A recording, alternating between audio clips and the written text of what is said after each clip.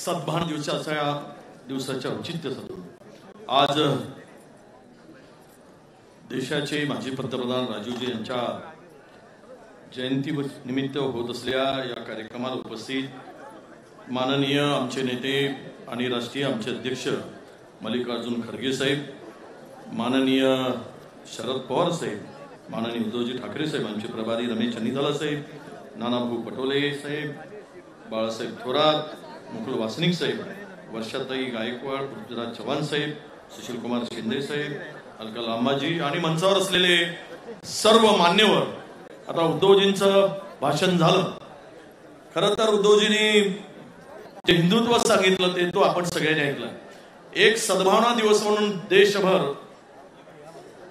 राजीवजींचा आपण साजरा करत आहोत. खरं तर ज्यांनी या देशामध्ये तंत्रज्ञान आणलं आणि आताचे मात्र हे मंत्रज्ञान आणणारे नेते दिल्लीत बसले. देशाचं तंत्रज्ञान ज्यांनी आणलं, देशामध्ये एक आधुनिक भारताचं स्वप्न साकार करण्याचं काम आपले राजीवजींनी केलं होतं.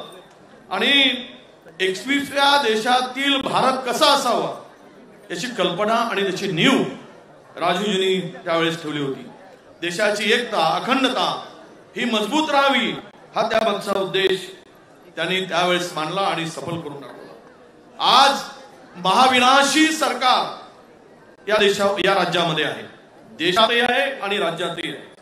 आपण अलीकडे पाहिलंय की जाती धर्मामध्ये कशा पद्धतीनं तेढ निर्माण करून सौहार्द बिघडण्याचं काम सुरू झालेलं आहे. कोल्हापूर असेल, विशालगड असेल, संभाजीनगरमध्ये ज्या घटना घडल्या, नगरमध्ये घडली, आणि हे सर्व घटना याचे साक्षीदार आहेत की आपल्या देशामध्ये आता, आपल्या राज्यामध्ये ज्या निवडणुका आता तोंडावर आलेल्या आहेत, मला वाटतं की आपण सगळ्यांनी सावध राहिलं पाहिजे. या सरकारने दंगली घडवून महाराष्ट्रामध्ये सत्ता मिळवण्यासाठी तो प्रयोग करतील आणि त्याचा प्रयोगाची सुरुवात आपण नाशिकमध्ये पाहिली आहे, विशालगडाच्या पायथ्याशी पाहिलेली आहे. म्हणून आपल्याला सावध राहून ही निवड यामध्ये पुढे. खरं तर राजीवजींच्या जयंतीच्या पर्वावर आपण उपस्थित झालात, पण आपल्याला विनंती अशी आहे की जर या राज्यामध्ये सद्भावना ठेवायची असेल, एकता ठेवायची असेल, अखंडता या राज्याची टिकवायची असेल, तर आपल्याला एक निर्धार करावा लागेल की कोणत्याही परिस्थितीमध्ये महाविनाशी महायुतीचं महाविनाशी सरकार घालून महाविकास आघाडीचं सरकार आणावं लागेल, तरच हे राज्य टिकेल. पूर्णतः लुटारूचं सरकार म्हणून या राज्यामध्ये त्यांची ओळख झाली. खरं तर दरोडेखोर म्हणावं, चोर म्हणावं, अगदी ओरबळून खाण्याचं काम सुरू झालंय. आपसात प्रचंड भांडणं सुरू झाले.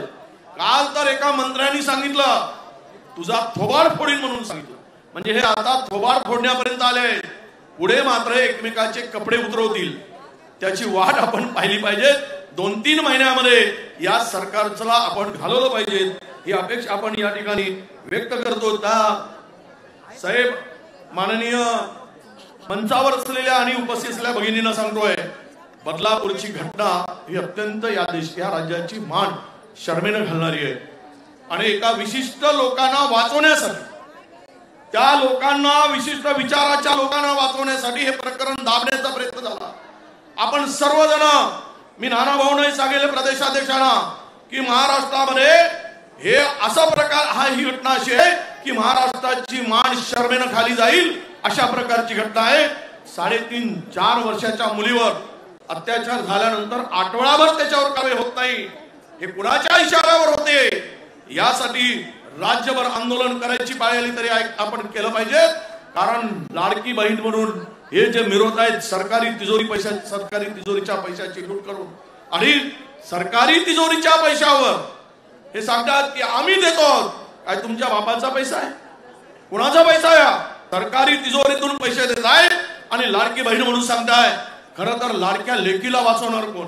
महाराष्ट्रामध्ये सर्वाधिक अत्याचार जे युपीला मागे टाकून महाराष्ट्रामध्ये सर्वाधिक अत्याचार महिलावर होत आहेत. आणि त्यासाठी महाराष्ट्रामध्ये आता आपण स्वस्थ बसता कामा नये.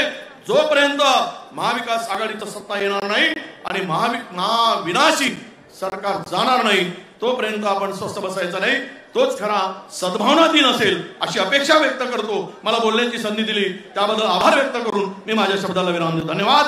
जय हिंद, जय सेवा, जय भीम, सलाम वालेकुम, राम राम. धन्यवाद मुनगंटीवार साहेब. यानंतर आपल्या सर्वांचे नेते